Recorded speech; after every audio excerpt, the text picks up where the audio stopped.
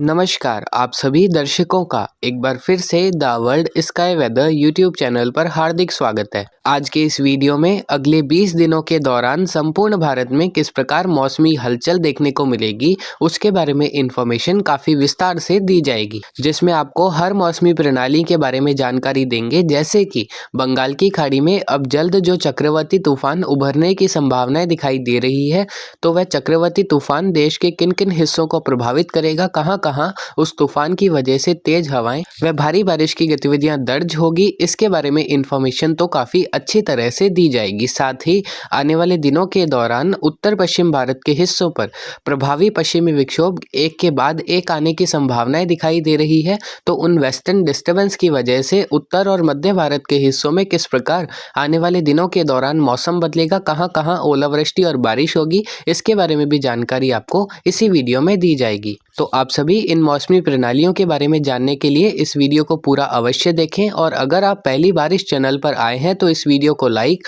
और इस चैनल को सब्सक्राइब करना ना भूलें। तो सबसे पहले जो मैप आप अपनी स्क्रीन पर देख रहे हैं, यह मैप आने वाले 10 दिनों के दौरान देश भर में बनने वाले मौसमी सिस्टम और उनसे होने वाली बारिश को लेकर बनाया गया है। इस मैप को देखकर आप समझ सकते हैं भारत के दोनों तरफ के समुद्र यानी कि बंगाल की खाड़ी तथा अरब सागर अभी वर्तमान में सक्रिय हो चुके हैं रूसवी वेव और कैल्विन वेव के सपोर्ट से, जिसकी वजह से दोनों ही समुद्रों में मल्टीपल वोर्टिसेस बन चुकी है, यानी कि मल्टीपल वेदर सिस्टम बन चुके हैं। सबसे पहला मजबूत सिस्टम अभी वर्तमान में बंगाल की खाड़ी के दक्षिण पूर्वी हिस्सों व उससे सटे बंदा अकेह के आसपास के क्षेत्रों पर एक well mark low pressure area के रूप में अवस्थित है। इस सिस्टम के अगले 24 घंटों के दौरान और तीव्र होकर एक डिप्रेशन की कैटेगरी में बदलने की संभावनाएं रहेंगी। हालांकि इस सिस्टम को लेकर पहले काफ़ी संभावनाएं मॉडल्स के द्वारा यह जताई जा रही थी कि यह सिस्टम बंगाल की खाड़ी में प्रवेश करेगा और प्रवेश कर तेजी से इंटेंसिफाई होते हुए एक एक्सट्रीमली सीवियर साइक्लोन या फिर सुपर साइक्लोन की कैटेगरी हासिल करेगा। लेकिन वर्तमान में जो श्रीलंका के आसपास के क्षेत्रों पर जो एक well mark low pressure area बना हुआ है, इस सिस्टम की वजह से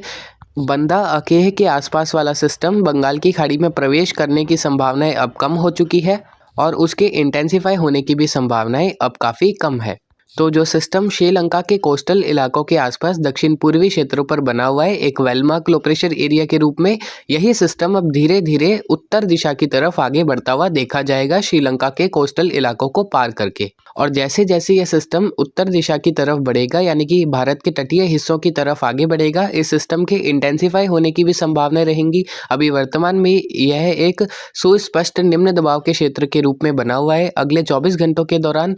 या फिर कहें 24 से 36 घंटों के दौरान यह सिस्टम जैसे ही उत्तर की तरफ बढ़ेगा, इसके डिप्रेशन की कैटेगरी में बदलने की भी संभावनाएं रहेंगी। और उसके बाद अगर मॉडल्स के द्वारा जताई जा रही संभावनाओं की जानकारी आपको दें तो ECM मॉडल के अनुसार यह सिस्टम श्रीलंका को पार करते हुए तमिलनाडु और आंध्र प्रदेश के कोस्टल इलाकों की तरफ आगे बढ़ेगा और इसी दौरान इस सिस्टम के चक्रवाती तूफान के रूप में भी बदलने के लिए परिस्थितियाँ काफ़ी अनुकूल बनती हुई दिखाई दे रही है। लेकिन अगर अन्य मॉडल के बारे में आपको जानकारी दें जो कि CMC है, आइकन और GFS मॉडल, इन तीनों ही मॉडल के अनुसार यह सिस्टम चक्रवाती तूफान तो बनेगा जब यह सिस्टम श्रीलंका को पार करते हुए उत्तर की तरफ आगे बढ़ेगा, लेकिन इन तीनों ही मॉडल के अनुसार यह सिस्टम वेस्टर्न डिस्टर्बेंस के साथ इंटरैक्ट करके भारत के तटीय हिस्सों से दूर जाता हुआ देखा जा सकता है। यानी कि ये तीनों ही मॉडल यह जता रहे हैं कि यह सिस्टम भारत से दूर जाता हुआ देखा जाएगा। तो अभी भी इस सिस्टम को लेकर पूरी तरह से मॉडल्स में एक कॉन्क्रीट मैन नहीं आया, यानी कि एक स्ट्रॉन्ग कॉन्सेंसस नहीं मिला है कि यह सिस्टम कहाँ जाएगा और कितना इंटेंसिफाई होगा।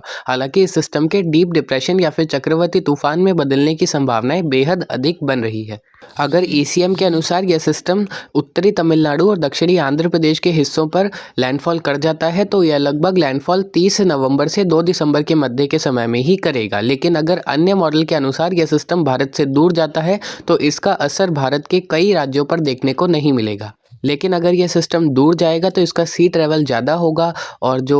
SST है वह भी फेवरेबल है, जिसकी वजह से इस सिस्टम के एक सीवियर साइक्लोन या फिर वेरी सीवियर साइक्लोन में भी इंटेंसिफाई होने की संभावनाएं रहेंगी अगर यह सिस्टम बंगाल की खाड़ी के मध्य से लगाकर उत्तर की तरफ आगे बढ़ जाता है तो। लेकिन अगर यह सिस्टम आंध्र प्रदेश या फिर तमिलनाडु में लैंडफॉल कर जाता है 30 नवंबर से 2 दिसंबर के मध्य के समय में, तो इसकी हाईएस्ट इंटेंसिटी साइक्लोन या फिर सीवियर साइक्लोन की रह सकती है, जिसमें चलने वाली हवाएं लगभग 80 से लगाकर 100 किलोमीटर प्रति घंटे की रफ्तार तक देखने को मिल सकती है और हवाओं के झोंके 100 से 125 किलोमीटर तक दर्ज हो सकते हैं। लेकिन अगर ऐसा होगा या नहीं, इसके बारे में अभी पूरी तरह से सटीकता नहीं आई है। अगले 24 घंटों के दौरान इस सिस्टम को लेकर पूरी तरह से कंफर्मेशन हो जाएगा कि यह सिस्टम कहाँ लैंडफॉल करेगा या फिर नहीं करेगा। अभी जो इनिशियल फोरकास्ट थी वही आपको बताया है, अभी इसमें चेंजेस भी होने की संभावनाएं रहेंगी, क्योंकि मल्टीपल वोर्टिसेस बंगाल की खाड़ी में बनी हुई है। एक वोर्टिसिस दूसरी वोर्टिसिस को अपने अंदर अब्जॉर्व करना चाह रही है, जिसकी वजह से वेदर मॉडल्स भी काफ़ी कंफ्यूज हो रहे हैं। अरब सागर के दक्षिणी हिस्सों पर बना हुआ चक्रवाती हवाओं का क्षेत्र अगले 3 से 4 दिनों के दौरान उत्तर दिशा की तरफ बढ़ते हुए एक निम्न दबाव का क्षेत्र बन सकता है। आइकन मॉडल के अनुसार तो इस सिस्टम के चक्रवाती तूफान में बदलने की संभावना जताई जा रही है। हालांकि अन्य मॉडल के अनुसार देखें तो यह सिस्टम एक लो प्रेशर एरिया ही रहेगा। तो काफ़ी ज़्यादा कंफ्यूजिंग वेदर सिस्टम बने हुए हैं। एक के बाद एक लगातार 3 सिस्टम बनने की वजह से मॉडल्स काफ़ी कंफ्यूज हो चुके हैं। हर वेदर सिस्टम के ट्रैक और इंटेंसिटी को लेकर लगातार हर अपडेट में चेंजेस हो रहे हैं, तो इसीलिए फोरकास्ट में भी अगले 24 घंटों के दौरान और भी अधिक चेंजेस हो सकते हैं। फिलहाल इस सिस्टम के अगर तमिलनाडु और आंध्र प्रदेश में लैंडफॉल हो जाता है तो इसका असर तेलंगाना, महाराष्ट्र, पूर्वी मध्य प्रदेश, बिहार, झारखंड, छत्तीसगढ़ के भी कुछ स्थानों पर बादलों की आवाजाही बढ़ने और बारिश की गतिविधियों के रूप में दर्ज हो सकता है दिसंबर माह के शुरुआती सप्ताह में। वहीं उत्तर पश्चिम भारत के हिस्सों पर भी वेस्टर्न डिस्टर्बेंस की दस्तक होगी और 27 से 29 नवंबर के मध्य के समय में उत्तर पश्चिम भारत के हिस्सों पर एक हल्का पश्चिमी विक्षोभ आएगा, जिसकी वजह से पश्चिमी मध्य प्रदेश के कुछ हिस्से, राजस्थान और उत्तरी गुजरात के कुछ हिस्सों में मेघ गर्जन के साथ बारिश की गतिविधियां 27 और 28 नवंबर को दर्ज हो सकती है, जिसमें भी राजस्थान में ही बारिश होने की संभावनाएं ज़्यादा बनती हुई दिखाई दे रही है। पूर्वी राजस्थान के कुछ हिस्से, वहीं मध्य पश्चिमी राजस्थान के भी कुछ हिस्सों में 27 और 28 नवंबर को मेघ गर्जन के साथ बारिश की गतिविधियां दर्ज हो सकती है, जिसमें हल्की मध्यम बारिश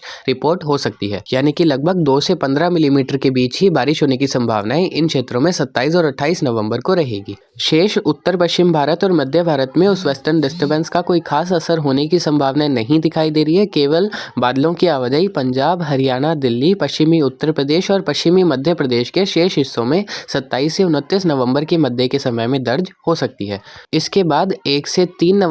दिसंबर के मध्य के समय में भी उत्तर पश्चिम भारत के हिस्सों पर एक और पश्चिमी विक्षोभ की दस्तक होगी, जो कि हल्की प्रवृत्ति का होगा। उसका कोई खास असर उत्तर भारत के पहाड़ी हिस्सों और मैदानी हिस्सों में होने की संभावना नहीं दिखाई दे रही है, लेकिन जम्मू कश्मीर और लद्दाख के कुछ स्थानों पर हल्की से मध्यम बारिश और बर्फबारी 2 और 3 दिसंबर को उस वेस्टर्न डिस्टर्बेंस की वजह से दर्ज हो सकती है। इसके अलावा राजस्थान के पूर्वी हिस्से और उत्तरी हिस्से, कुछ दक्षिणी हरियाणा और दक्षिणी पंजाब के भी कुछ स्थानों पर मेघ गर्जन के साथ बारिश 2 और 3 नवंबर को दिसंबर को दर्ज होने के लिए परिस्थितियां बन सकती है, क्योंकि एक हल्का सा कन्वर्जेंस 2 से 4 दिसंबर के मध्य के समय में इन क्षेत्रों पर बनता हुआ दिखाई दे रहा है। तो कुछ इस प्रकार साइक्लोन का फोरकास्ट था। अगले 24 घंटों के दौरान पूरी तरह से कंफर्मेशन होगा, जिसके लिए आपको अगले वीडियो या फिर पोस्ट के माध्यम से पूरी तरह से सटीकता के साथ जानकारी दे दी जाएगी। तब तक बने रहें। अब आप अपनी स्क्रीन पर जो मैप देख रहे हैं, यह मैप 6 दिसंबर से लगाकर 15 दिसंबर के मध्य के समय में देश भर में बनने वाले मौसमी सिस्टम और उनसे होने वाली बारिश को लेकर दर्शाया गया है।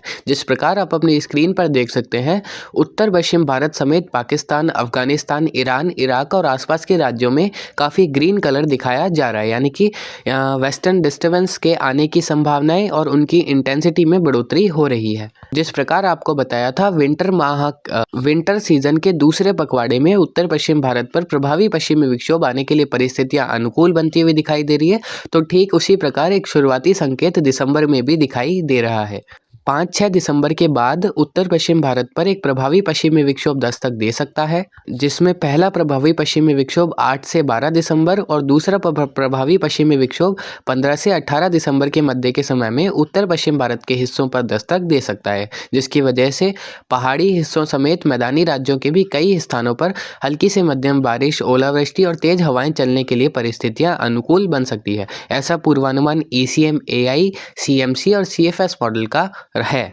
यानी कि इन तीनों ही मॉडल के अनुसार दिसंबर माह के शुरुआती सप्ताह के बाद उत्तर पश्चिम भारत पर मध्यम से सक्रिय पश्चिमी विक्षोभ की दस्तक होने लग जाएगी और कई हिस्सों में बारिश की गतिविधियां देखने को मिल सकती है। हालांकि अभी यह इनिशियल फोरकास्ट है और आने वाले दिनों में जैसे जैसे हम इन डेट्स के पास जाएंगे इन वेस्टर्न डिस्टर्बेंस की इंटेंसिटी में चेंजेस भी आएंगे। जिन जिन क्षेत्रों में बारिश दिखाई जा रही है वहाँ बारिश की संभावना और इंटेंसिटी और भी अधिक हो सकती है या फिर कुछ कम भी हो सकती है। जो भी पूर्वानुमान होगा दिसंबर माह के मौसम पूर्वानुमान के वीडियो में आपको पूर्ण रूप से इन वेस्टर्न डिस्टर्बेंस के लिए जानकारी दे दी जाएगी। फिलहाल की संभावनाओं के अनुसार दिसंबर माह के दूसरे पखवाड़े में उत्तर पश्चिम भारत में सामान्य से अधिक बारिश होने के लिए परिस्थितियां अनुकूल बनती हुई दिखाई दे रही है। दूसरे सप्ताह में भी दिसंबर के सामान्य या फिर सामान्य से कुछ बेहतर बारिश की गतिविधियां उत्तर पश्चिम भारत के पहाड़ी हिस्से और मैदानी हिस्सों में देखने को मिल सकती है। जीएफएस मॉडल के अनुसार भी दिसंबर माह के दूसरे सप्ताह में उत्तर पश्चिम भारत के जम्मू कश्मीर, हिमाचल प्रदेश और उत्तराखंड के कई स्थानों पर मध्यम से भारी बारिश होने के लिए पूर्वानुमान दिया जा रहा है। वहीं बंगाल की खाड़ी के दक्षिणी हिस्सों पर 8 से 12 दिसंबर के मध्य के समय में एक नया चक्रवाती हवाओं का क्षेत्र उभर सकता है जो कि एक लो प्रेशर एरिया के रूप में कन्वर्ट हो सकता है। इस सिस्टम की वजह से बढ़ने वाली पूर्वी आर्द्र हवाओं के प्रवाह से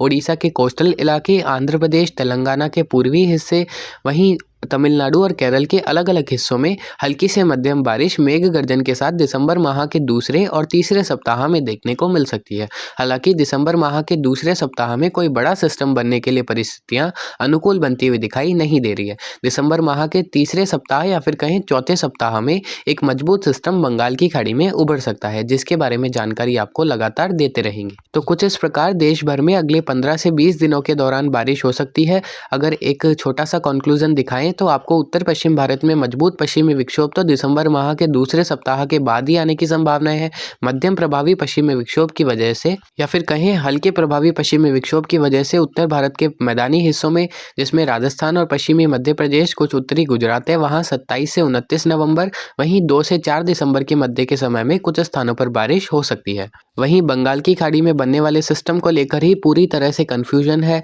बंगाल की खाड़ी के दक्षिणी हिस्सों पर बना हुआ एक डिप्रेशन जो कि बंदा अके के आसपास के क्षेत्रों पर अगले 24 घंटों के दौरान बनेगा। अगर यह बंगाल की खाड़ी में किसी भी तरह प्रवेश कर जाता है और उत्तर की तरफ बढ़ जाता है तो इसके इंटेंसिफाई होने के चांसेस बहुत अधिक रहेंगे, लेकिन अभी ऐसा होने की संभावनाएं काफी कम हो चुकी है। श्रीलंका के कोस्टल इलाकों पर बना हुआ वेलमार्क लो प्रेशर एरिया अगले 2 से 4 दिनों के दौरान उत्तर दिशा की तरफ बढ़ते हुए श्रीलंका को पार करेगा और पार करते हुए दक्षिण पश्चिम बंगाल की खाड़ी में बढ़ेगा, जिसकी वजह से वहां इसको फेवरेबल एनवायरनमेंट मिलेगा, जिसकी वजह से इसके चक्रवाती तूफान में बदलने की संभावना रहेंगी। हालांकि इस सिस्टम के ट्रैक को लेकर अभी पूरी तरह से कंफर्मेशन नहीं हुआ है।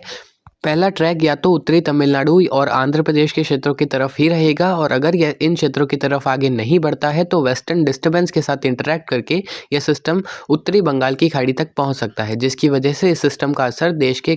किसी भी राज्य पर कोई व्यापक रूप से होने की संभावनाएं नहीं रहेंगी। लेकिन अगर यह आंध्र प्रदेश या फिर तमिलनाडु पर लैंडफॉल कर जाता है तो दक्षिण भारत और मध्य भारत के अनेक हिस्सों में बारिश की गतिविधियां दिसंबर माह के शुरुआती सप्ताह में इस सिस्टम की वजह से दर्ज हो सकती है। अगले 15 से 20 दिनों के दौरान सामान्य से कम रहेंगे उत्तर पश्चिम भारत और मध्य भारत के कई हिस्सों में। तो कुछ इस प्रकार मौसम रहेगा। अब एक छोटी सी समरी वीडियो के लास्ट में दे देते हैं। तो जिस प्रकार आप अपनी स्क्रीन पर देख रहे हैं, फर्स्ट पॉइंट है a cyclone may form in bay of Bengal between 29 November to 2 December. 29 नवंबर से 2 दिसंबर के मध्य के समय में बंगाल की खाड़ी के दक्षिण पश्चिमी व उससे सटे मध्य हिस्सों पर एक चक्रवाती तूफान बन सकता है। A new low pressure area is very likely to form in Arabian Sea during the next 5 days. अगले 5 दिनों के दौरान अरब सागर के दक्षिण पूर्वी हिस्सों पर बना हुआ चक्रवाती हवाओं का क्षेत्र उत्तर की तरफ बढ़ते हुए एक निम्न दबाव का क्षेत्र बन सकता है। Another low pressure area may form in Bay of Bengal between 8th December to 12 दिसंबर। 8 से 12 दिसंबर के मध्य के समय में बंगाल की खाड़ी के दक्षिणी हिस्सों पर एक नया निम्न दबाव का क्षेत्र उभरने के लिए परिस्थितियां अनुकूल बनती हुई दिखाई दे रही है। 2 और 3 मॉडरेट वेस्टर्न डिस्टर्बेंस में impact parts of north west and adjoining central India during the first fortnight of December. दिसंबर माह के शुरुआती पखवाड़े में उत्तर पश्चिम भारत के क्षेत्रों पर दो मध्यम प्रभावी पश्चिमी विक्षोभ की वजह से उत्तर भारत के पहाड़ी और मैदानी हिस्सों वहीं उससे सटे मध्य भारत के हिस्सों में कुछ स्थानों पर बारिश और ओलावृष्टि की गतिविधियां वर्तमान परिस्थितियों के अनुसार देखने को मिल सकती है। Cyclone in bay of Bengal may impact parts of south and east India और may not impact parts of south and east India. यानी कि बंगाल की खाड़ी में बनने वाला डिप्रेशन या फिर चक्रवाती तूफान या तो पूर्वी, मध्य और दक्षिण भारत के हिस्सों को प्रभावित करेगा या फिर नहीं करेगा। इसके बारे में कंफर्मेशन अगले 24 घंटों के दौरान ही हो जाएगा। Maximum and minimum temperature will stay in normal और below normal category over many states of India during the next 10 to 15 days. अगले 10 से 15 दिनों के दौरान उत्तर पश्चिम भारत, मध्य भारत और पूर्वी भारत के हिस्सों में अधिकतम और न्यूनतम तापमान